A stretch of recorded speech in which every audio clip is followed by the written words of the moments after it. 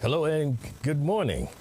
Today, ladies and gentlemen, an incredibly special guest will join me to discuss their predictions for this year's Super Bowl. Now, this year's contenders are, of course, the San Francisco 49ers and the Kansas City Chiefs. So go and tell everybody that Frank talks sports after this.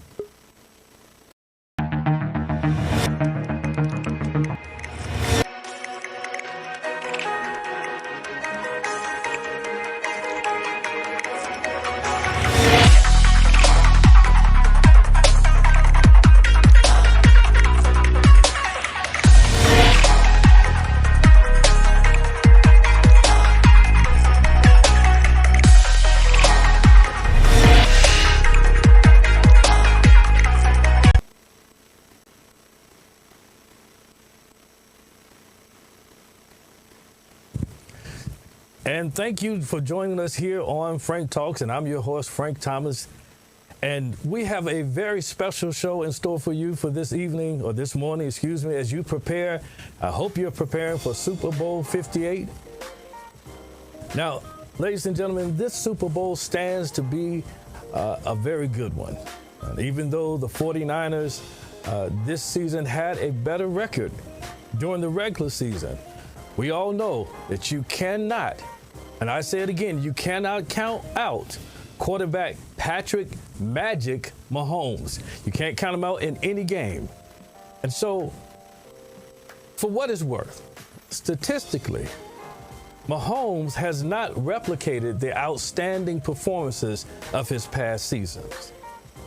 However, we can all agree that he delivered remarkable performances in the playoffs and also in the championship game. Now, he showcased moments of brilliance and the necessary composure in challenging circumstances where victory seemed improbable. However, it required exceptional grace under pressure to turn the tide, and that's exactly what Magic Mahomes did. Now, both Mahomes and quarterback Brock Purdy, must perform at their peak levels for success. Now, Brock Purdy is coming off, I would say, a very stellar year this year. As you can see, this year, Brock Purdy's QBR this season was ranked amongst the best at 72.7, opposed to 63.0 ranking 8th for Patrick Mahomes. Now, so in a head-to-head match, on paper at least, Brock Purdy appears to have had the better season. But that doesn't matter much when it comes to the Super Bowl. Now, I know you guys are waiting and you're just as excited as I am about my special guest that's going to come in tonight, this morning, to discuss. He's, I would say, not just a special guest, but a co-host on Frank Talks this morning. And listen, we're talking sports. And so we're going to have the sports pastor, Lester Rayford, join us.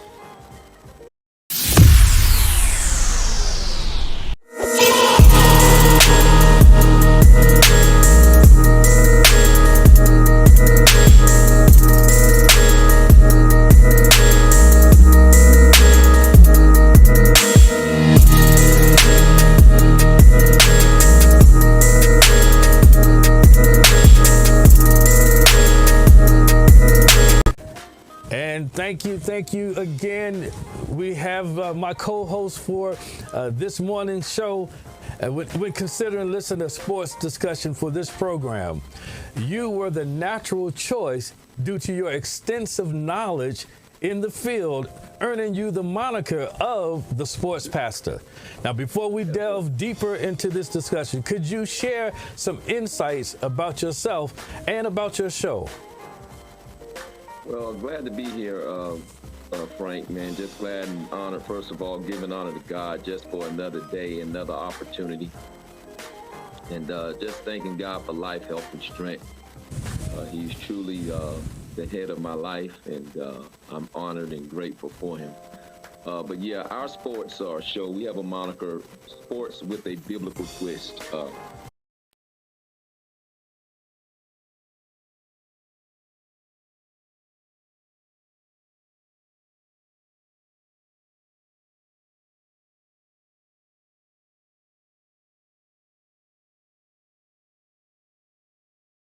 Content writer for sports,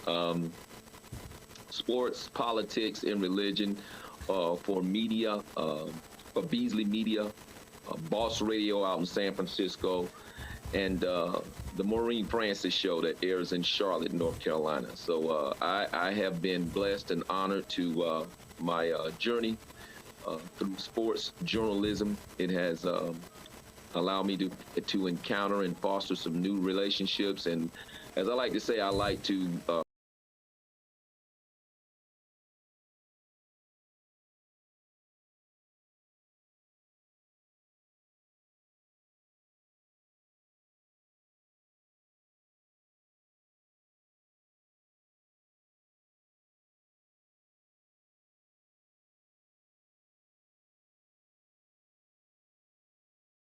before the game's over. Wow. Well, we're working out a few technical difficulties here, but I want to include the audience in on the success that you're having and the fact that you bring a biblical view, just like we have biblical heroes, we have sports heroes, and I like the cohesiveness that you have there, bringing both sports and ministry, because I believe this is a true ministry that you definitely excel in, and I'm so thankful to have you on the show today. And of course, look, I've been a fan of yours for quite some time when it comes to your sports acumen. So let's not hesitate to share some of that knowledge with our listening audience this evening, all right? And so let's get down to it. I'll say that. Let's get right down to it. So let's go right into this head-to-head battle of the quarterbacks. Now, let's talk about that for a moment. Now, we started out with the statistics of both over this season. And while Brock Purdy fared better in terms of QBR, my question to you is, how much of an impact will that make in the game? How much of an impact will that make in the game? Well, the quarterback is clearly the most important position on the field. They are the ones who's going to have the ball in their hands the most. And should the quarterback have a good game, they give their team a good chance to win. Should they have a bad game, it gives them a going to make it tough for them to win. They can still win. We've seen it happen, i.e. Ben Roethlisberger in his first Super Bowl. Go look at his stats. They were terrible, but Pittsburgh won. So you can't have a bad game and still win. But Brock Purdy, he has to have a big game. I think Patrick Mahomes has a little bit more leeway. But Brock Purdy has to have a big game in order for the 49ers to win. And they are the favorites. But he has to perform. That's shocking because you would think going up against Patrick Mahomes that KC may be the favorite. But no, it's actually San Francisco. Vegas has them as 2-point favorites to beat Kansas City. But the quarterback position will weigh heavily in the winner of Super Bowl 58. Now, let me ask you, because when we talk quarterbacks, of course, we can't underestimate Patrick Mahomes. And I would say that when you look at the QBR during the regular season, although, again, Brock Purdy fared better, there's something that happens when you are playing the day. If we would look back and maybe you could dig a little bit deeper into what happened when Lamar Jackson, the MVP, went up against Patrick Mahomes. Can you talk about that? I mean, what the dynamic on the field on game day, as we used to say, any given Sunday. Exactly. Well, I think that's for those who, some of my listeners may be in and on. I did post this, but if you listen to my show, I stated that would be my concern for Brock Purdy, because Brock Purdy won't just be facing Patrick Mahomes, but he'll be facing Steve Spagnuolo, who was the defensive coordinator for those great Giant teams with O.C. Umenyiora, Michael Strahan, Justin Tuck, Antonio Pierce, that team that knocked off the GOAT, Tom Brady. Right. So it's pretty much going to be nothing. You're not going to be able to shock Spagnuolo. He's seen it all. He's been an outstanding defensive coordinator. And if you look at Kansas City's paths, the last two quarterbacks he's defeated were Josh Allen and Lamar Jackson. So Brock Purdy, I don't consider, though he has a good QBR rating, I don't consider him on that level quite yet. But they were bottled up by Spag, so it's going to be important for Kyle Shanahan because Brock Purdy, he's still only in his second year. Right. It's going to be important for Kyle Shanahan to implement that patented Shanahan zone running game scheme. If you've been watching Mike Shanahan for years, he churns out these 1,000-yard rushers like Kelly Springfield and Fayetteville used to churn out tires. I mean, he churns them out. He churns them out like Corinne Stephens churns out videos. I'll just say that. Right, you're right about that. I mean, it's probably as a running back as the stellar year that Christian McCaffrey had this year. I mean, he has to really be thanking God, as he did when he accepted the award for Offensive Player of the Year, for the opportunity to play for such a high-powered running offense as the 49ers. It has to be some of the best times as a running back when you feel the importance of your position and you have the opportunity to show your talent. So I think that may be another factor that plays in for the 49ers, the fact that it's not just Brock Purdy, it is the fact that he has, I would say, an award-winning cast on the field with them. What say you? Absolutely. Nothing can be further from the truth. I mean, not further from the truth. Nothing can be true, but as you said it, to have Christian McCaffrey, who in my estimation is arguably the second best white running back in the history of the NFL. Name one that's better. The one that I have above him, of course, is John Riggins, but I'm biased because I'm a Washington Redskins fan. Now, John Riggins was good in the day. That was a bad man. That was a bad man. John Riggins was, but Christian McCaffrey, I mean, you're talking about a perfect fit. This is a tailor-made fit, like that suit you got on, man. It is tailor-made for that zone running scheme of the Shanahans. And then you couple in that he has the best left tackle in the game in Trent Williams. You throw in George Kittle at wide receiver and that utility knife. I like to call Deebo Samuel that utility knife. He can run it, he can catch it, he can block, he can screen, he can even throw it. His support cast is much better, actually. It's much better than Mahomes, which is why the 49ers are picked to win the game. That's why they're picked to win it, because he does have the better supporting cast. But that's where Steve Spagnuolo is going to factor in. It's nothing he hadn't seen. That's the only thing that would concern me if I'm a 49ers fan. Let me stop you there, because I think I'm having a problem. I don't know if it's on your end with your mic. It was really good and clear, and then it kind of started to dissipate just a bit. Is this better? Yes. Okay. My apologies. Yes. So I hear what you're saying, a great stellar cast surrounding Brock Purdy. Let me just ask on a side note, because how important would you say that general manager's position is when it comes to this surrounding cast? And as they say, Avengers assemble, so to speak, that he's assembled this type of stellar cast to support the quarterback, to support his intentions to win. How important would you say that position is, and how did one fare against the other? How did the 49ers fare against the Kansas City Chiefs and bringing this cast together? If I can use a church analogy, the general manager, and I'm sure you can understand this as a preacher yourself, the general manager is like the bishop of an organization. He sends out people to this church. The pastor then assembles the leaders of the ministry.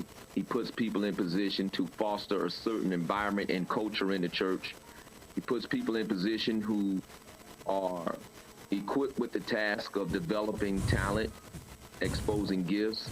Well, it's the same way in football. That's why there's a close, connection to religion in sports. The general manager, well, the owner would be the bishop. The general manager would be the pastor. He's the one that selects the quarterback. The pastor's the one that selects the organist. Okay? The organist then puts together a team. He selects the coach. The coach selects the quarterback. And then the coach and the general manager work together in developing that roster. This is where I would have to give that edge to San Francisco. San Francisco has some of the brightest minds in that front office that we've ever seen. And we have benefited from that. Adam Peters, who left to go to Washington, he's responsible for those guys. Fred Warner. We never knew who Fred Warner was coming out of college, and Ken Law. We didn't know who he was. We didn't know who Deebo Samuel was coming out of South Carolina. You are right, yes. But you get the right general manager. Look at Brock Purdy. He was the last player picked in the draft, but that general saw something in him. Meanwhile, you got other teams who are exhausting first-round draft picks on talent. I mean, look at Chicago. They're in a mess. Mitch Trubisky. Look in Carolina. They just picked up Bryce Young, even though I think Bryce is going to be all right. But it's remarkable. Brock Purdy was the last player picked, and he is now in the Super Bowl a year after going last in the draft. While Dallas has just paid $60 million for Dak. And they're home on the couch. That's general manager. That's leadership. That's somebody with a vision. So yeah, that general manager, he has to do two things. He has to have a vision, and he has to establish culture. That's why the coach and the quarterback is so important. Wow. You get the wrong guy in there, you're gonna make a mess. Yes. The same way in church. Get the wrong pastor in there. We've seen examples of that. Get the wrong pastor. Get the wrong organist on that organ. Watch what happens. You're right about that. And listen, that is a perfect segue, because, again, when you made that statement with Fred Warner and Deebo Samuels, and if you follow the college game, you don't remember these guys. But look at this cast that he's assembled, and that's a perfect segue into our next question, because I would like to ask, how much of an effect will the fact that Brock Purdy has been named Mr. Irrelevant and in the words of Cam Newton, labeled him as a game manager, have on the biggest game of his short career? Well, we're going to stay with that Bible. This is the Sports Pastor, and we bring you sports with the biblical context. There's a scripture that says, the first shall be last, and the last shall be first. See, he may be irrelevant to some, but he was relevant to the right team. Yes. And if there's a hidden message in there, there are some of us, there are some who may be listening. You may not be someone else's cup of tea, but know this, there's somebody who's ready to drink from your cup. Wow. Wow. Wow. That preaches right there. Yeah. If I had the organ, I would tell him, put me in A flat.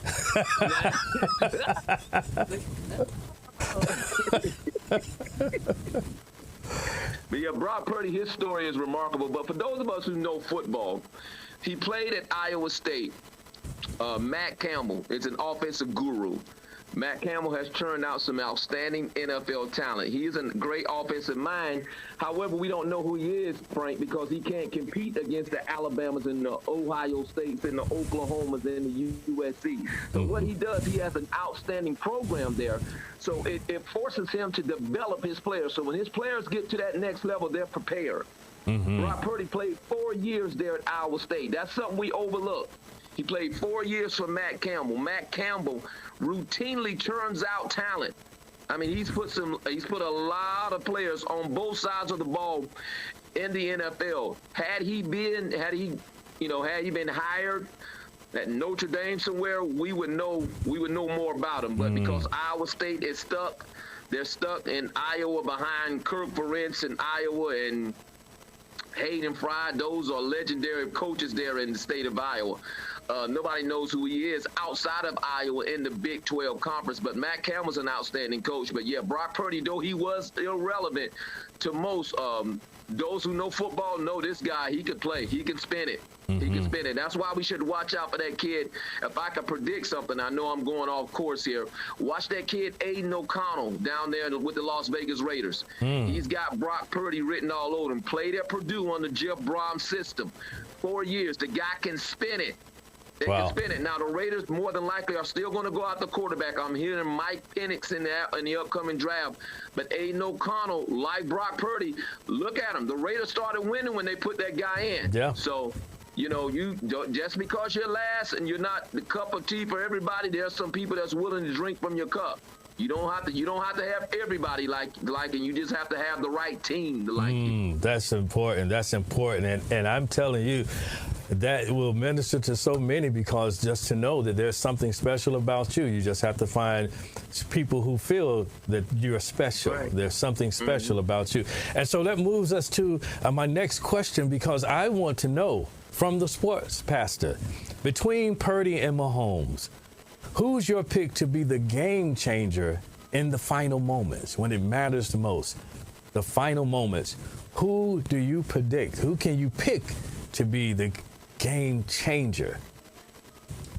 That one's easy, man. It's Patrick Mahomes. It's Patrick Mahomes. Patrick Mahomes.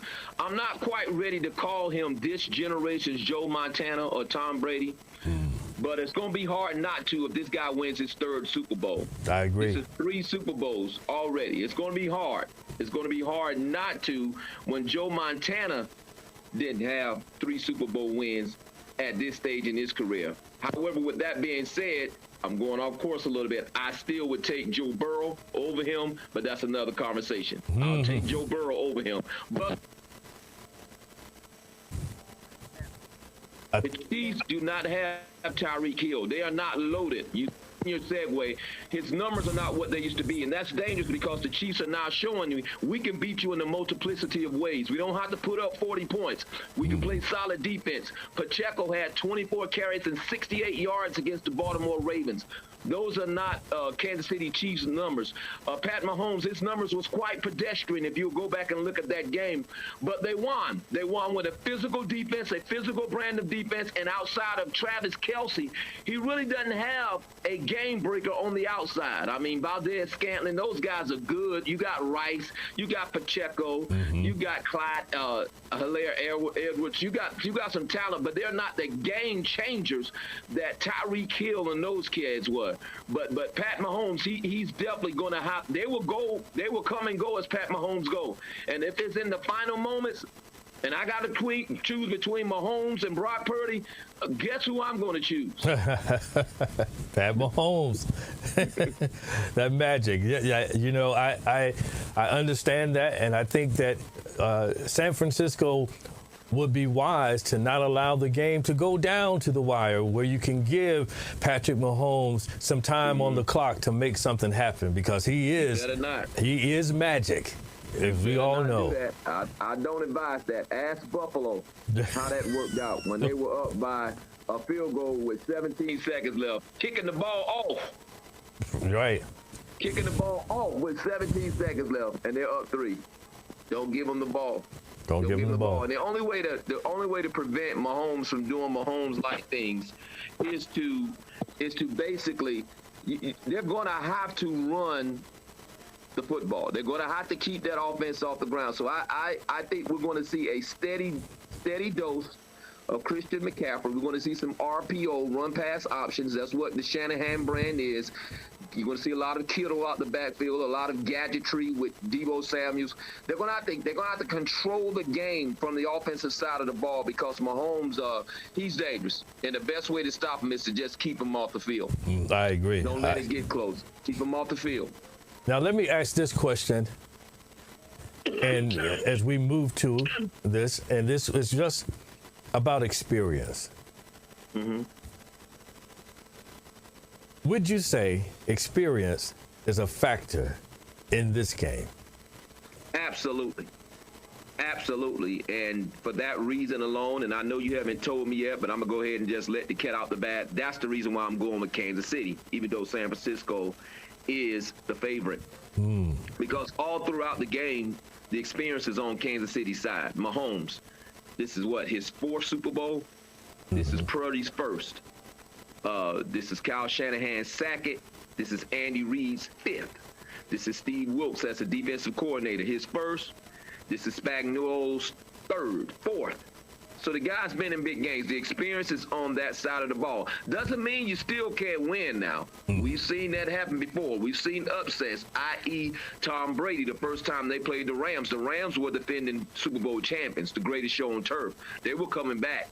Tom Brady, we didn't know who this guy was. And Belichick, you know, he had success under Parcells as a D coordinator, but we didn't know what to expect. But the Patriots came in and they did what they did. So experience, it is a factor. And sometimes, you know, it works for you, and sometimes it doesn't matter. In this game, I think it will matter. It will matter. It will matter, especially when you look at how San Francisco ended the season. And I think that's the thing that troubles me, Frank. Go back and look at their last 5 games. That team did not look the same. It's like they beat Dallas 42-3, and we were already giving them their Super Bowl tickets then. Right. They go and beat Philadelphia on the road 42-19, but after that, they kind of went south. They beat the Redskins the next week, well, the Commanders 27-10. That game was 13-10 in the second half, and we suck. We're terrible. We're terrible. Then they got lambasted on Christmas night by Lamar Jackson on their home field. Baltimore could have put up 50 that night. Then they lost to the Rams with Carson Wentz starting. That should count about 4 losses right there, because this guy's terrible. So they're not look good. And then you go and look at their playoff games. Green Bay could have won that game. They could have won it if you watched it. With a first-time quarterback. And then Detroit was up 24-7. They only lost that because their coach wanted to be Kenny Rogers, the gambler, instead of a head coach, and they lost. This is true. So they've not been looking good. So that experience will play a part here. I guarantee you, you get down 24-7 with Andy Reid, he's going to put 50 up on you. I promise you that. This Don't is do true. that. The 49ers cannot afford to go down in the first half and look to come back to win. They must play lights out football from the start of the game. I agree that experience is a major factor. I agree with that, but I just want to see a very good game, and I want my team to win. I'm not going to say what team that is right now, but I want my team to win. But let's switch it up a bit. Steelers fan. You a Steelers fan. No. You ain't leaving. You staying in Pittsburgh. No. That's Gerard. Gerard is a Steelers fan. I think. Who is Big Boy Steelers fan too? Yeah, I think so. Yeah, no. I'm not allowed to talk football because I'm a Washington fan, so I just let y'all talk. Hey, you got to stick with them, you know? You have to stick with your team. I'm not leaving because there are brighter days coming, brother. Yeah. There are brighter days coming. Now, with this upcoming draft, as a side note, this upcoming draft should be interesting if the Commanders are able to move up. I'll just put it that way. If they're able to move up in the draft, it should be interesting. Yeah, Caleb Williams is the talk. That's what everybody's talking about. I think we will see them try to make a move for Caleb Williams because of, the acquisition of Cliff Kingsbury, who was brought on to be the offensive coordinator. I think we will see them make that move, but I'm also hearing rumblings, Frank, that the Commanders may be trying to pull Justin Fields from Chicago and pair him with Marvin Harrison. Wow. And I think that would be a better one right there. Oh, my goodness, you listen, that blew me away right there. That tidbit of information, I've never heard that. But if they did that, sports pastor. If it happens, because Chicago you can't afford to pass on a generational talent. That gets GMs fired. In fact, there's a story in 1983. John Elway was the golden boy. This was a generational talent, much like Caleb Williams is. And Ernie Accorsi, who was with the Baltimore Colts at the time, they had the number 1 pick. Elway had made it clear that he did not want to go to Baltimore. He said, I'm not going there. If you draft me, I'm going to play for the Yankees. He had a $300,000 contract on the table with the Yankees, which was a lot of money back then. It's a lot of money now, but it's not a lot of money in baseball terms. Right. But he had a $300,000 contract on the table. Of course, he said, we're going to draft them anyway. Why the president of the team, we talk about that front office again, talked about the front office, he did not want to draft them. He said, look, we're gonna go in another direction.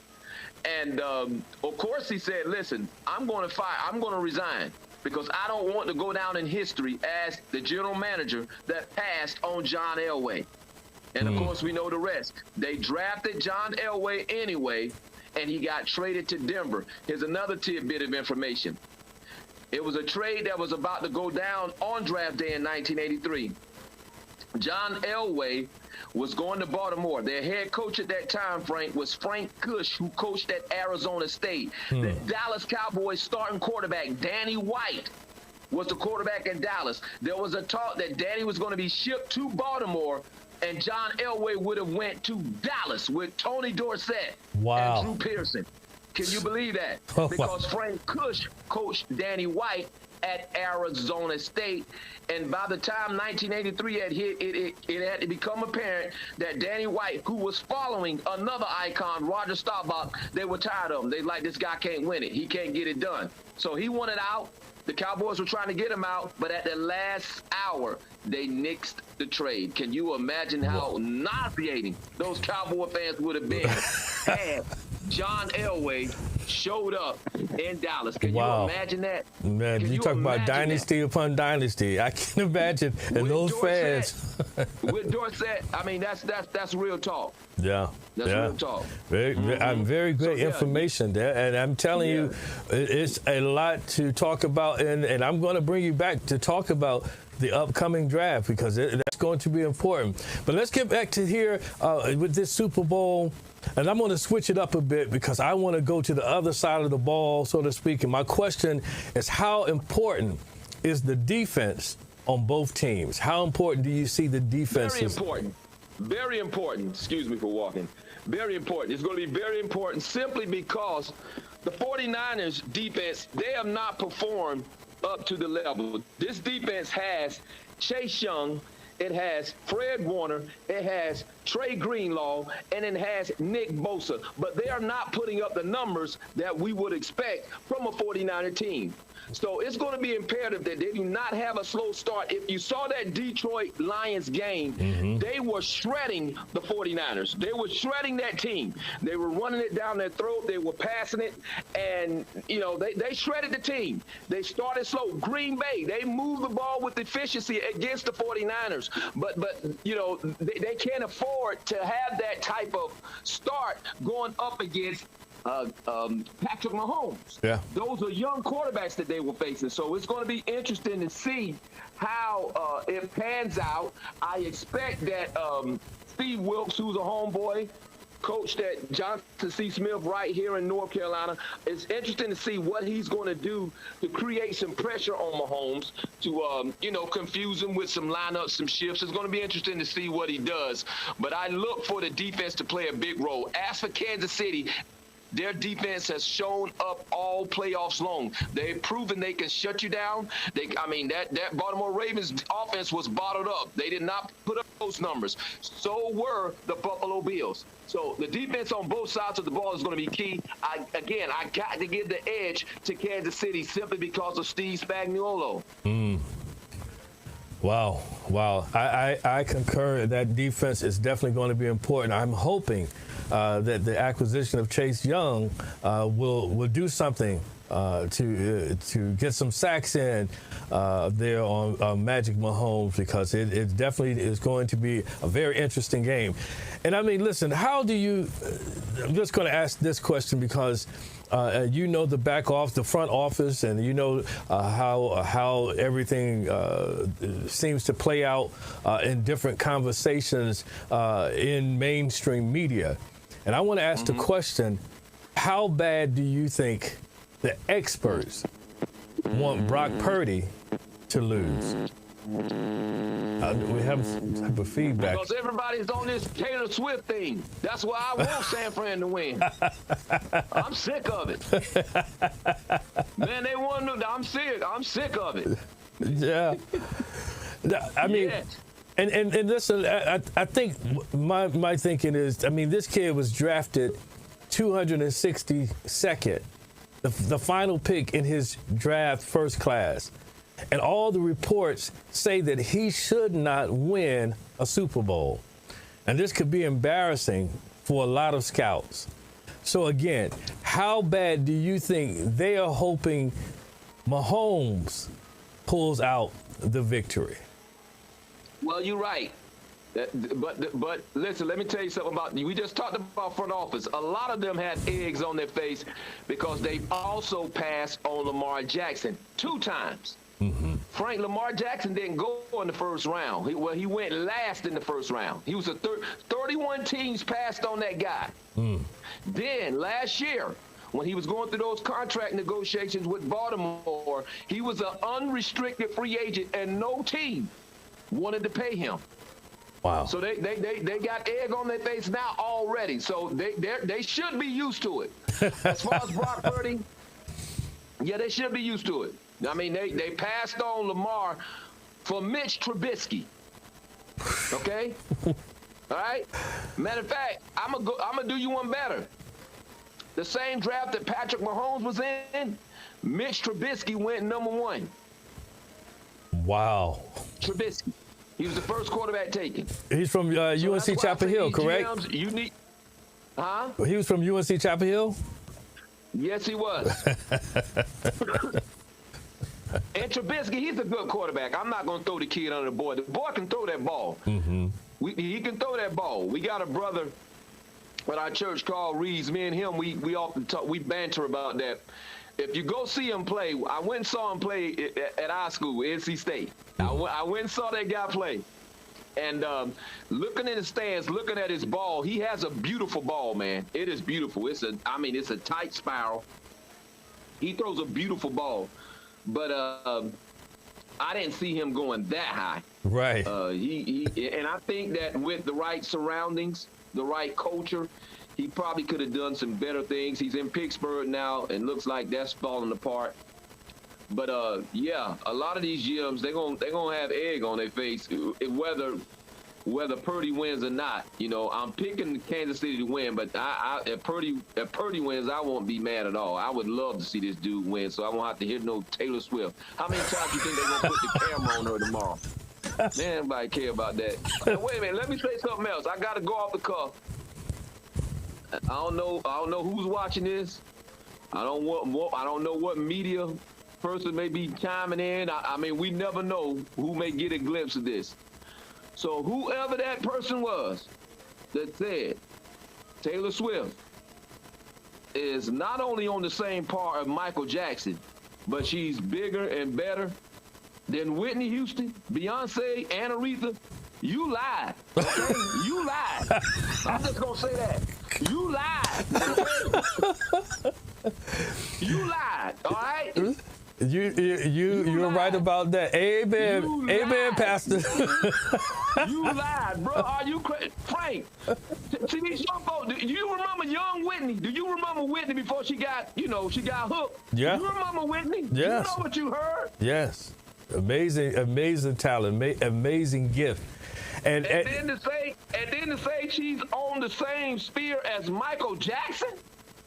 Frank, we were alive when Thriller was out. We will never see that again, ever. Right. We'll never see that again. No. Ever. I think some don't understand this dynamic that, you know, if you're a part of the majority class of people in the world, you have more potential to be great in that sphere alone. Exactly. But to have to cross over to that sphere and still be great and still do record numbers and still do diamond sales, it's a lot more challenging. And we have to know that. I think the powers that be don't want to have that conversation because in their world, things like that don't exist because they don't see color. I'll leave it at that. So listen, you've already given, let's hear it one more time for the sports pastor.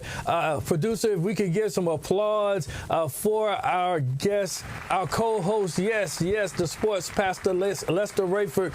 And you've heard his predictions. He's predicting that, let's hear it again. Who are you predicting? Let's go on record. Kansas City, 28. The 49ers, 24. You've heard it here. I'm personally hoping for something different, but at the end of the day, listen, I am for a very competitive and entertaining Super Bowl. And in the end, may the best team win. You've heard it here. You've heard it first from the sports pastor here on Frank Talks. And listen, that's all we have for you this afternoon. I want to first take the time to thank my co-host, my special guest, the sports pastor, Lester Rayford. And I'm telling you, he's going to come back and we're going to talk about sports when Frank talks sports. All right? And listen, we hope that you have a very enjoyable and entertaining Super Bowl 58. Thank you for joining.